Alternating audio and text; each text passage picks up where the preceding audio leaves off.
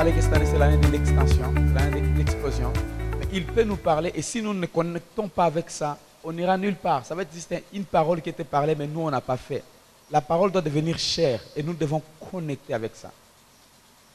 Et la plupart des fois, quand nous regardons et nous observons, des fois nous ne comprenons pas ce qui se passe.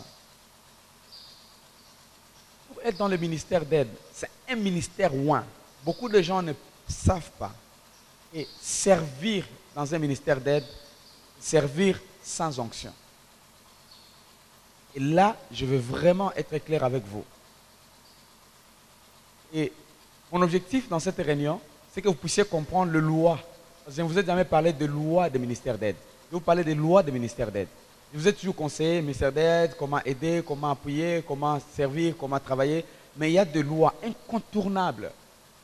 Que si vous trouvez que vous ne pouvez pas connecter, vous débarquez.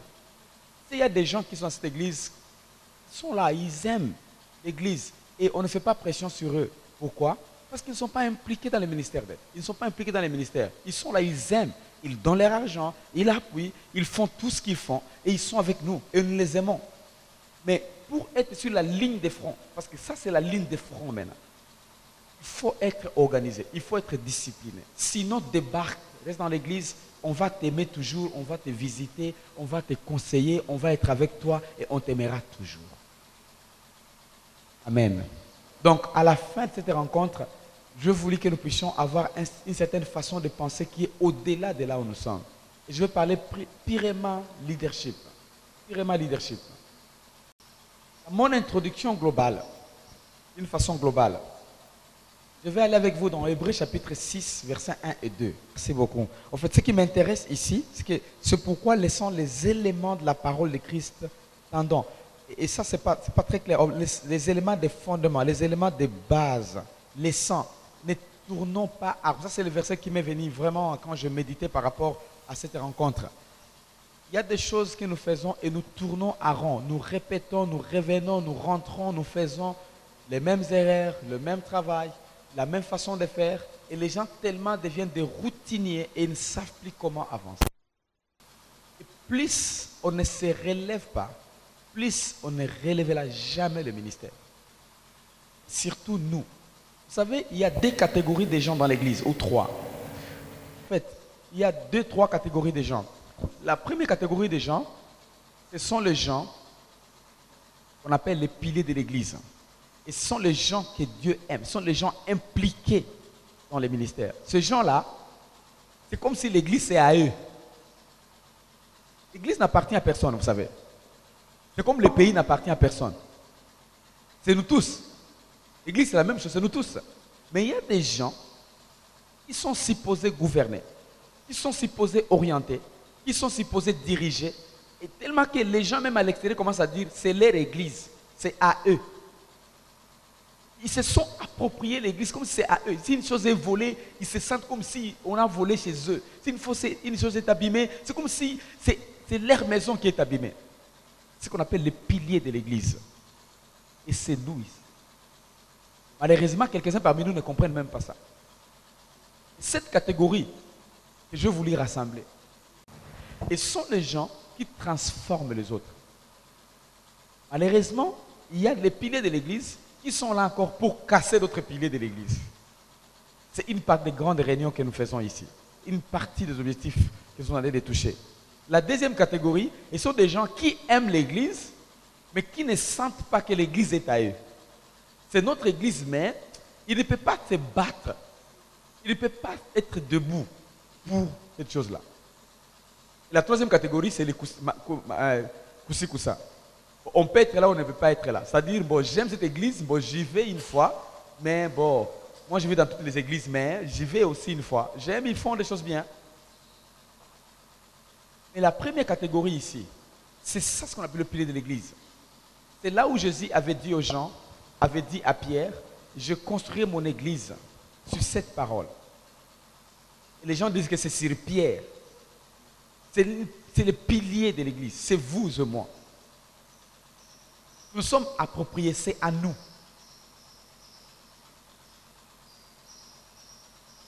Et là, si nous faisons la même chose, Nous ne grandissons pas, nous n'allons pas au-delà.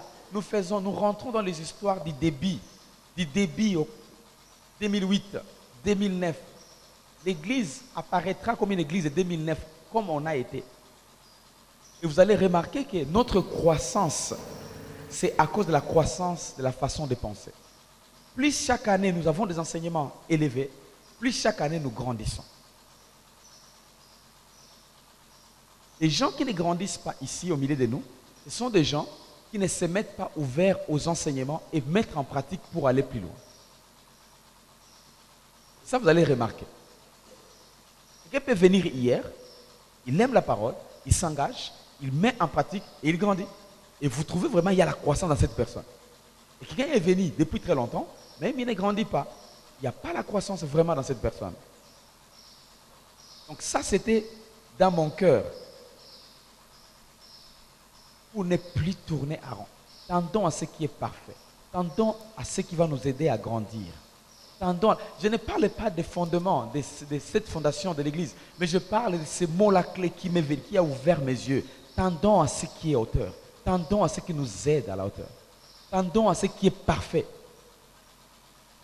Et il y a des erreurs que nous avions faites dans le ministère. Des erreurs, tu vois, quelqu'un parle de l'autre, comment de l'autre, et nous sommes là ensemble. Ce sont des erreurs. Ça arrive dans la croissance. Une erreur qui a été faite par un bébé de 3 à 4 ans. Je ne crois pas que cette erreur soit reprise par la personne qui a déjà 20 ans, 12 ans, 17 ans. C'est là où plus nous tendons dans la croissance, plus nous tendons dans la perfection. Les erreurs, c'est normal. Mais on ne s'attend plus à faire des erreurs qu'on a faites une année, 2 ans, 3 ans, 4 ans, quand on commençait le ministère. Il y a maintenant les erreurs que de grandes personnes peuvent faire, parce que nous sommes déjà là.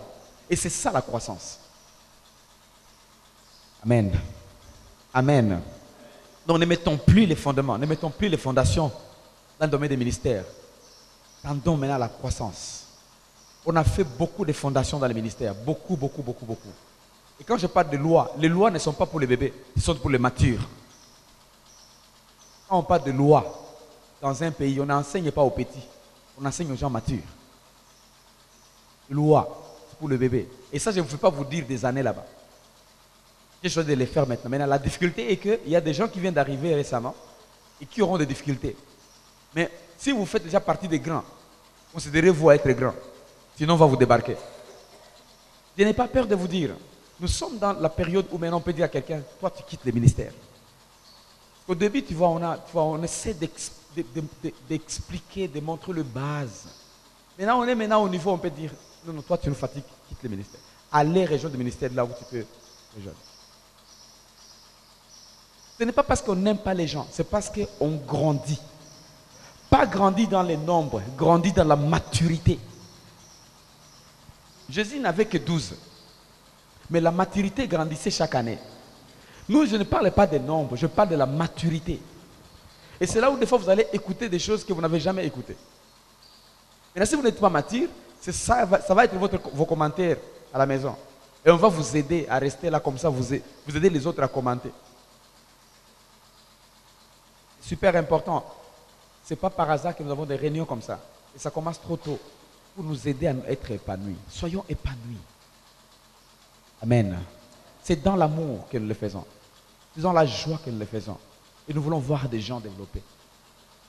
Vous savez, plus vous grandissez, c'est pour votre intérêt. Il y a des gens ici que je connais qui sont maintenant invités par-ci, par-là. Et les gens les respectent parce qu'ils servent à l'église Shaddai. C'est cette discipline-là que nous mettons en place, que nous essayons de relever. Ce qui vous fait respecter là-bas. Et si nous, on ne relève pas, vous ne serez jamais respecté avec d'autres personnes à notre calibre.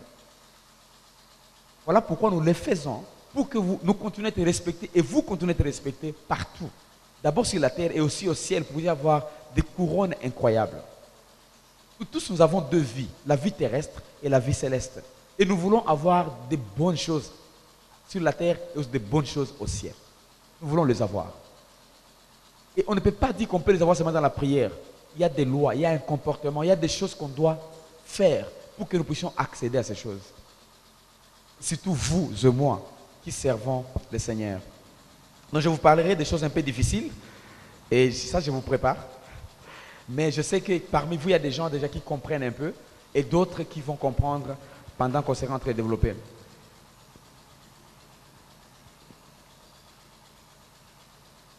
Jusqu'à 10 ans, il y a de bonnes personnes qui peuvent faire des choses.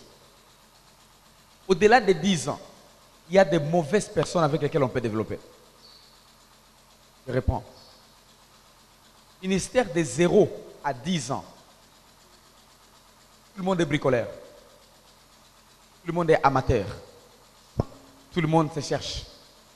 Tout le monde, il y a des gens qui ne savent même pas en quoi le Seigneur les a appelés. Ils se retrouvent ici. Voilà, c'est comme si moi je suis comme ça, c'est comme si moi je peux aider dans ça. Au-delà de 10 ans, ce n'est plus l'amateurisme, c'est maintenant le professionnalisme. Je peux me répéter. Au-delà de 10 ans, ce n'est plus l'amateurisme.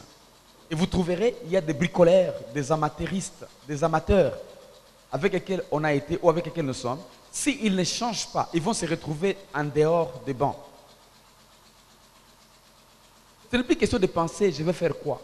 Nous devons tellement organiser, tellement orienter, que nous puissions aller dans la hauteur, dans l'excellence. Souvenez-vous, nous avons des valeurs, et nos valeurs, c'est l'excellence. Maintenant, quand nous commençons, les amateurs, maintenant, nous devons développer et aller plus loin. Souvenez-vous, notre vision, c'est proclamer le royaume de Dieu d'une façon holistique. Esprit, âme et corps. Le royaume de Dieu doit s'établir. Notre mission, créer une église moderne, une église d'excellence, une église basée sur le budget local, une église qui influence, une église qui parle aux leaders d'aujourd'hui et de demain. Et si nous parlons de toutes ces missions-là, et la grande vision que nous avons, vous comprenez qu'on ne peut pas aller au-delà de 10 ans avec des amateurs. C'est là où la compréhension de choses comme ça est très importante. Si nous voulons aller plus loin. Une église où les gens viennent des États-Unis, de l'Europe, d'où, et ils disent, c'est comme chez nous. Ce n'est pas une église d'amateurs. Au-delà de 10 ans. Une église qui va faire 30 ans et qui semble une église qui vient de démarrer. Non. Une église qui fait 25 ans et qui apparaît comme une église qui vient de commencer.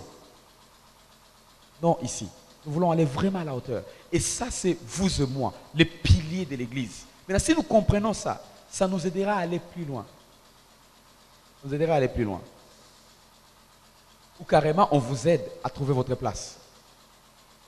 Parce que nous sommes en train de démarrer des extensions. Il y a de bonnes personnes pour les extensions, pour vraiment les démarrages. Tu vois quelqu'un qui coupe les câbles tous les jours, il est bien pour démarrer. Parce que quand on démarre l'église, on n'a pas de câbles, il faut trouver des câbles par-ci par-là, il faut trouver on n'a pas de câbles, on n'a pas de papiers collants, tu vois, on peut mettre même les sachets, tu vois. Donc c'est bien pour le démarrage, parce qu'on n'a pas les moyens. Mais quand on arrive à 10 ans, 11 ans, là où on n'a pas un problème de $100 pour acheter des câbles, et encore, on se comporte comme... Et là, c'est un problème. Tu vois un peu. Là, c'est un problème. Ça me fait comprendre. C'est un problème. C'est un problème. Et c'est là où l'amateurisme, même le point de vue prédication, quand on est amateur, on commence, on ne prépare pas, on dort. Dieu va dire. Oui, et puis après, bon, on va des démarches. On n'a pas le temps de préparer. Maintenant, quand on commence à aller dans la hauteur, il y a différentes personnes qui ont étudié plus que toi, qui ont lu plus que toi, qui ont servi le Seigneur plus que toi. Toi, tu as la grâce d'être pasteur, d'être serviteur, d'être intervenant, et tu viens seulement dans l'église. Ça, c'est l'amateurisme. Il faut développer le professionnalisme. Tu prépares bien le message, tu t'organises avec objectif. Après cette réunion, tu veux voir quoi? Après cette prédication, qu'est-ce que tu veux voir? Amen. On est tellement habitué au pentecôtisme, on a raté tout ce qui est professionnel. Nous sommes des pentecôtistes, nous sommes des charismatiques, nous croyons au Saint-Esprit. Mais cet esprit va te diriger quand tu prépares ton message. Ça, je n'ai pas fait ça hier. Je n'ai pas fait ça avant-hier. Je n'ai pas préparé ça il y a 4 jours, 5 jours. Non, non. C'est vraiment. Et vous avez vu. Ça va nous aider à aller plus loin. Et vous êtes exemple. Je dois être exemple. Nous sommes les piliers. C'est la même façon dans la louange, dans le protocole et dans différents départements. Nous devons développer le professionnalisme. C'est là où vous trouverez, c'est très difficile de servir à la cour royale. C'est très difficile. Quand je parle de cour royale, je parle dans la dimension israélite et aussi dans la dimension du ministère. Ça, c'est la cour royale. Là où le roi règne. Il règne par son onction, il règne par sa gloire, il règne par sa parole. Il est Dieu. Et nous tous, nous servons. C'est difficile de servir dans la cour royale. C'est difficile. Comment devenir un serviteur excellent dans les ministères d'aide? C'est ça, en fait, notre réunion, c'est ça le thème. Comment devenir un serviteur excellent dans les ministères d'aide? Je vous lis, après ce verset ici d'Hébreux 6, chapitre 6, verset 1, où nous ne devons plus rentrer dans les choses de base, mais essayons d'aller dans la hauteur. Mais la question reste, est-ce que nous connaissons les choses de base? Et je voulais commencer par Zacharie chapitre 4, verset 6, notre deuxième verset.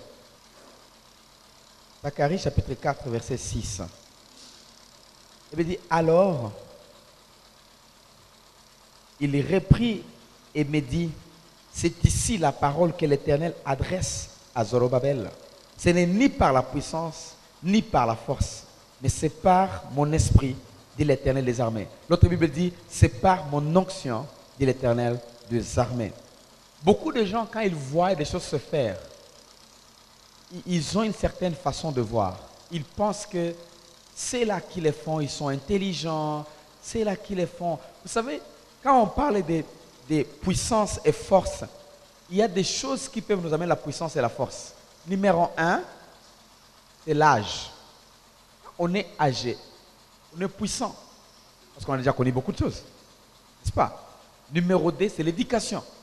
Quand on a l'éducation, on devient puissant, parce qu'on connaît. Numéro 3, quand on a l'argent, on est puissant, parce qu'on connaît. Numéro 4, quand on a de l'expérience, ou quand on a la force physique, on soulève. Tout ça, c'est la force, n'est-ce pas? Et quand Dieu, Zacharie a été révélé, ce que l'onction peut faire, ce que l'esprit peut faire. A été révélé la chose, ce que l'esprit peut faire. Donc, ce que nous faisons ici, si vous n'avez pas des yeux spirituels, vous ne pensez que non. Il est intelligent, il est sage, il a l'argent.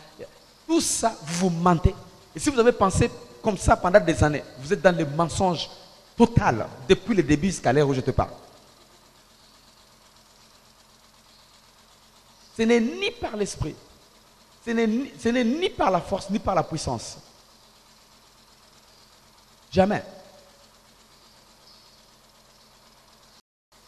Et je vais vous donner quelques points rapidement. Je n'ai pas encore fait une série très longue sur l'onction, mais je vais vous donner quelques points sur l'onction. Vous qui êtes là, nous travaillons ensemble. Vous ne pouvez pas opérer convenablement ici si vous n'êtes pas loin. Beaucoup de gens pensent que quand vous êtes dans le ministère d'aide, vous n'avez pas d'onction. Je vais vous montrer la différence entre les ministères établis et les ministères d'aide. Tous ces ministères sont établis. Il y a une différence que je vais vous montrer après. Vous ne pouvez pas opérer convenablement avec fidélité si vous n'êtes pas loin. Et allons dans ces versets. De 1 Corinthiens, s'il vous plaît. 1 Corinthiens chapitre 12, versets 26 à 28. La Bible parle de membres du corps.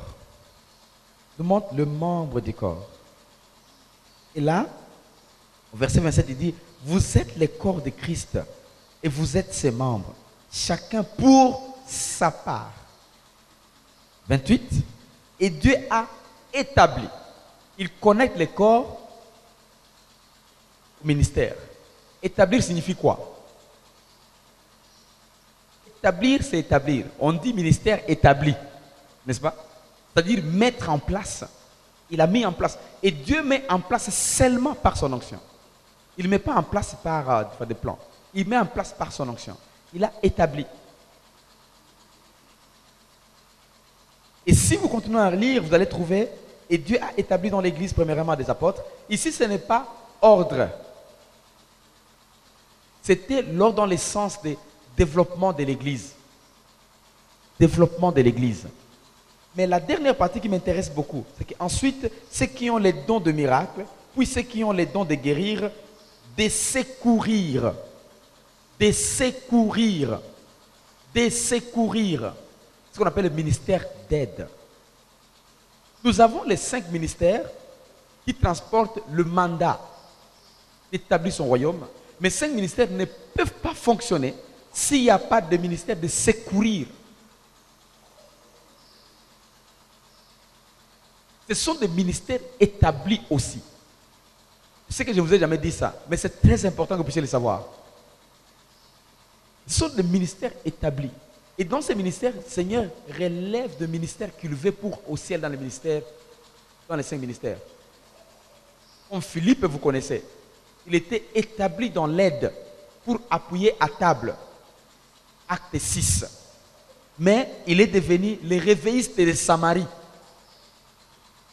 Comme évangéliste à Samarie. Dans les ministères établis, les 5 ministères. Donc comprends que ce n'est pas alors, et là c'est là où je reviens, ce n'est pas tout le monde qui peut servir dans la cour royale. Ce n'est pas tout le monde. C'est là où maintenant, si vous arrivez à 10 ans, il faut apprendre à filtrer. Filtrer des gens. Tamiser pour aller à la hauteur. Amen. Amen. Servir, c'est le sacrifice. C'est vraiment le sacrifice. Personne ne peut te payer. Je ne crois pas. Personne n'a un salaire pour toi. Mais Dieu a un salaire pour toi. Dieu a un salaire pour moi. Amen. Et c'est là où nous devons d'abord regarder en fixant nos yeux vers Dieu. Donc Zacharie a découvert que ce n'est ni par l'onction, ni par la force, ni par la puissance, c'est par l'onction de Dieu. Les choses qui se font, si vous regardez avec les yeux naturels, vous allez penser, comme je vous ai dit, qu'on est intelligent, on est malin, on est tout ce que vous connaissez, tout ce que vous dites. Parce que parmi nous, il y a quelques personnes qui en ont parlé des années. Mais vous allez trouver que ce n'est pas par tout ça, mais c'est par la grâce de Dieu. Parce que l'onction, c'est la grâce de Dieu. Et une des choses que je vous montre, je vais juste balayer un peu sur l'onction. Pour repérer l'onction, il faut identifier l'onction. Il faut identifier l'onction. Il n'appartient pas à toutes les églises. Il doit appartenir à une église. Il faut identifier l'onction. Et il y a les gens qui ont identifié, dans la Bible, qui ont identifié l'onction. Les gens comme par exemple Nicodème. Vous voyez Nicodème, il était embrouillé dans beaucoup de choses, mais quand il a vu Jésus, il s'est dit quelque chose de différent dans ce type. Un docteur de la loi, connaisseur, il connaissait beaucoup de choses, mais il s'est dit, je vais aller la nuit voir ce type. Il a quelque chose de différent. Il a identifié l'onction. Pas seulement lui, Zachée. Toutes les masses sont sur la route. Lui s'est dit, d'ailleurs je suis moins élancé, et puis autre, et puis autre. Non. Ce type, non. Il a identifié l'onction. Pas seulement lui, les centeniers, les militaires que vous connaissez. Et il y a beaucoup de gens dans la parole de Dieu qui ont identifié l'onction. Si nous allons plus loin, nous regardons la femme africaine là, la femme éthiopienne. S'appelait qui? La reine de Séba. Voilà. La reine de Séba. Elle a quitté l'Afrique, elle a identifié l'onction, elle est partie pour voir. Mais ce type, ce qu'il fait, c'est incroyable. Vous pensez que c'était seulement le seul roi qui était là? Non. Il y avait beaucoup de rois. Mais il y a le résultat. Il y a des choses qui se font. Je vais aller. Je vais aller. Pas seulement lui. Il y a différentes personnes dans la parole de Dieu, les gens qui ont identifié l'onction. Juste pour vous dire ceci. Si vous ne savez pas identifier l'onction, vous allez rater les transferts de l'onction.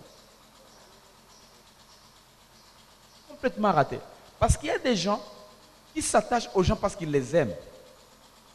Là, ce n'est pas question d'aimer naturellement. Ce n'est pas question de... Enfin, c'est question de connecter au niveau de l'esprit. Vous avez identifié, vous êtes dit, ne pensez jamais que Zachée aimait Jésus. La femme samaritaine, elle parlait avec Jésus, elle dit, non, vous et nous, non. Mais quand elle a commencé à avoir des mots très profonds, elle a dit, non, non, non, non, non, non, non, non, c'est une autre personne. Elle a identifié l'onction. Pour que nous puissions aller à la hauteur, il faut avoir des gens qui pensent de la même manière. Amen. C'est comme ça que Paul va dire à Timothée, je cherche les gens qui, like-minded, les gens qui pensent comme moi, pour envoyer vers toi, pour t'encourager. C'est un verset en Timothée. Donc, les ministères d'aide, tout service qui est en appui au ministère, pour aider le royaume de Dieu, c'est un service qui doit être loin. Et ce n'est pas tout le monde qui peut servir dans la cour royale. Et on va regarder dans l'Ancien Testament et le Nouveau Testament pour aller plus loin. Et comme vous le connaissez, tout le monde qui est là, il est dans les ministères d'aide. On peut être pasteur, on peut être évangéliste, on peut être quelqu'un des médias, quelqu'un de protocole. Nous sommes tous, aussi longtemps que nous sommes là. Parce que des fois, il y a un problème dans quelques églises. Je crois qu'ici, chez nous, ça va encore. Dans quelques églises, si quelqu'un est ordonné comme pasteur là, il oublie qu'il est dans les ministères d'aide aussi longtemps qu'il est sous une certaine responsabilité. Maintenant, c'est à différents niveaux, tu vois. Il y a le ministère d'aide qui est attaché à ce qui est soft. C'est là le ministère, ça, il faut que je vous parle. Le ministère est à deux niveaux. Il y a le niveau hard, ou le niveau dur, et le niveau soft. Le niveau soft. Maintenant, là, le ministère, c'est la même chose. Il y a la partie soft. La partie que beaucoup de gens ne voient pas. C'est la partie la plus importante et la plus forte. Et ça demande beaucoup d'onction. Et la partie hard, c'est la partie qui est visible. C'est aussi importante. Mais ça ne demande pas assez de force pour faire ça. Ça demande la force plus physique que force spirituelle pour faire ça. Par exemple, placer les tables. Par exemple, construire l'enclos, construire le bâtiment. Par exemple, placer les écrans. Par exemple, toucher nos poches, amenons le moyen pour appuyer l'avancement du royaume. Il y a aussi l'onction de donner, vous savez. Ce n'est pas tout le monde qui donne. Il y a des gens qui sont loin pour donner. Ils sont loin. Nous sommes tous des donneurs, mais il y a des gens qui sont loin pour donner. Ils sont loin pour donner. Et là, qu'est-ce que je vais dire? Cette partie hard, ce qu'on appelle la partie aide. La partie soft, c'est la partie qui n'est pas visible. Et cette partie-là que j'ai dit, quand nous établissons des pasteurs, les gens, on les ordonne. Ils entrent aussi dans cette partie-là. La partie soft. Il y a des choses spirituelles qui doivent aussi faire. Ce n'est pas tout le monde qui peut aider les gens spirituellement. Pas tout le monde. Nous sommes tous loin. Mais ce n'est pas tout le monde qui peut aider les gens spirituellement. Donc ça, juste pour vous aider un peu à décaler ce qui est le ministère. La partie hard, la partie dure et la partie soft. Et aussi aider les gens à aller à un autre niveau. Montrer que les gens, les pasteurs qui sont bénis, qui sont ordonnés, ils sont à un autre niveau d'aide. Voilà pourquoi maintenant vous trouvez une grande partie que je faisais, ils ont découvert. Ils démarrent les ministères, ils encouragent, ils font... En tout cas, grande partie que je faisais. Parce que nous partageons des charges. Ils vont là-bas. Je n'ai pas peur parmi eux, il y a des gens qui seront des pasteurs, des grands macro, dans leur ministère établi à part. Amen. Et ça, je n'ai pas peur. C'est juste un chemin pour aller là-bas. Et maintenant, Dieu, ils ont commencé comment? Ils ont commencé dans le ministère d'aide. Partie soft, partie hard. Et c'est ça, et c'est comme ça que Dieu fait des choses. Allons dans les lois. Vous connaissez que Dieu a établi les lois spirituelles. Ça, c'est Hébreux chapitre 1, verset 3. Dieu a établi les lois spirituelles. Dieu a établi les lois spirituelles. Hébreux chapitre 1, verset 3. Vous savez, c'est toujours un privilège de savoir que tout ce que nous voyons est soutenu par la parole de Dieu. C'est un privilège, c'est une grâce. Ce n'est pas tout le monde qui voit comme ça. C'est une grâce. C'est une grâce. C'est une grâce. Les sages découvrent les lois et vivent dans les lois. Je ne veux pas dire les bêtes, je dis les insensés, les gens qui ne sont pas sages. Ils peuvent savoir et ça passe comme ça. Là, j'ai devant moi différentes catégories de gens, différentes personnes et tous nous sommes impliqués dans le ministère d'aide. Mais nous n'appréhendons pas les choses au même niveau. Et c'est comme ça que vous trouvez que nous sommes différents. Si celui-ci parle, celui-ci parle, l'autre. Est-ce que nous sommes dans une même église? C'est comme ça que papa de papa se va demander, pasteur, est-ce que les gens comprennent ce que tu dis? On dit oui, qu'est-ce qu'on va faire? Nous on ne fait que répéter. Ceux qui comprennent, comprennent. Ceux qui ne comprennent pas, on ne fait que parler et répéter. Ce n'est pas une fois qu'il a parlé de ça. Est-ce que les gens comprennent? Pour dire, entre guillemets, comme moi je comprends. Donc chacun comprend de sa manière. Ça dépend d'abord de l'éducation de base. Vous avez été né où? Aidé, grandi dans quelle maison? Pardon. Quoi? Vous avez mangé quoi quand vous étiez petit? Il y a des gens qui n'ont jamais miel, n'ont pas pris de miel quand ils étaient petits. Leur tête, c'est comme ça. Alors, papa. Donc, donnons aux enfants le miel, s'il vous plaît. Très important. Et autres personnes, c'est aussi hérité. Ils ont hérité. Donc, c'est aussi génétique de leurs parents. Il y a trois grandes lois. Trois grandes lois. Il y a trois grandes lois dans les ministères d'aide. Point 1. Loi des services personnels. Loi des services personnels. Loi au pluriel. Parce que cette loi a aussi des sous-lois que je vais vous partager d'ici là. La loi des services personnels. J'ai commencé par introduire, ce n'est pas tout le monde qui a le calibre de servir dans la cour royale. Ce n'est pas tout le monde. Et mon cœur, c'est que je puisse, parce qu'il y a aussi des gens qui ne servent pas parce qu'ils n'ont pas la connaissance, tu vois. Et c'est mauvais, c'est injuste de blâmer quelqu'un qui n'a pas la connaissance. C'est injuste. C'est injuste. Voilà pourquoi la Bible dit que ce message du royaume va aller partout dans le monde entier avant que la fin n'arrive. Dieu a établi ça pour que tout le monde puisse écouter. Pour que personne ne dise, moi je n'ai pas écouté Seigneur. Parce que c'est injuste. C'est injuste de blâmer quelqu'un qui ne connaît pas. Raison pour laquelle je veux vraiment donner avec un bon cœur ouvert et avec franchise et transparence. La loi numéro 1. Vous savez, avant d'introduire la loi numéro 1, travailler dans le ministère, c'est très différent de travailler en banque. Très différent. Si vous travaillez en banque, tout est basé sur quoi? Sur les cash. Maman Esther? Les cash. C'est basé sur les cash. C'est différent. Tu arrives à la banque à 8 heures, on te dit non, les cash ne sont pas encore arrivés. Attends là-bas, remplis la fiche. Maman, remplis la fiche. Attends, dès que les cash arrivent, on va.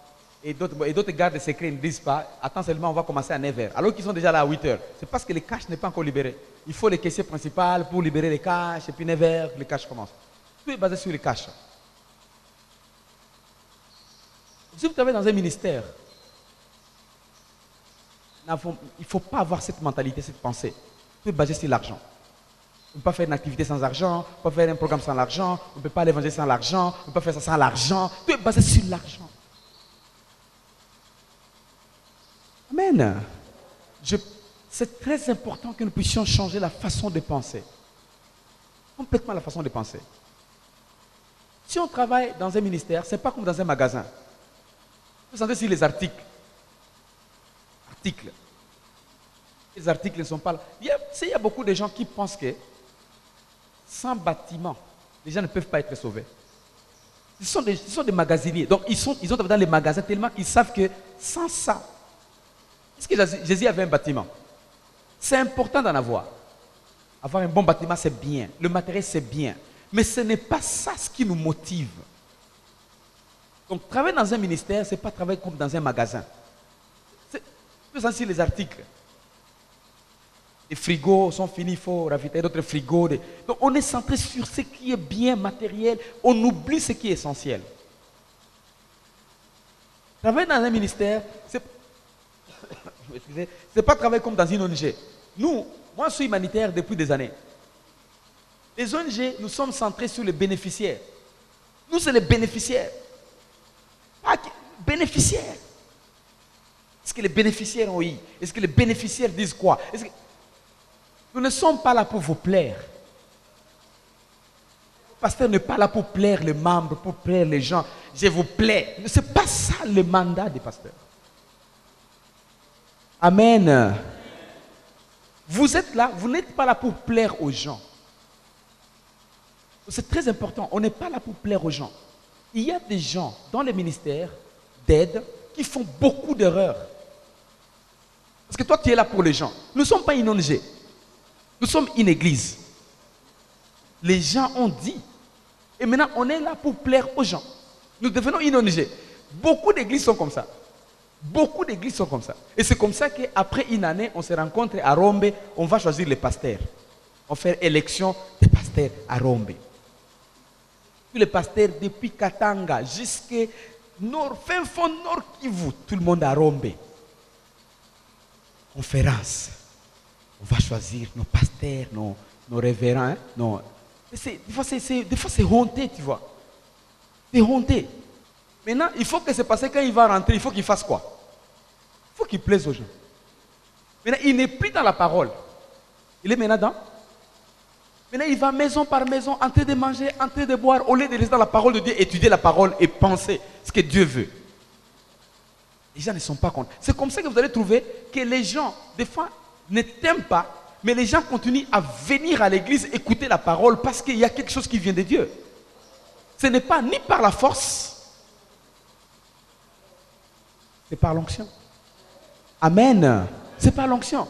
Les gens, moi je connais cette église ici, les gens qui ont parlé mal de moi, les gens qui m'ont critiqué là-bas, et quand ils sont venus ici, ils sont restés et ils m'ont témoigné après.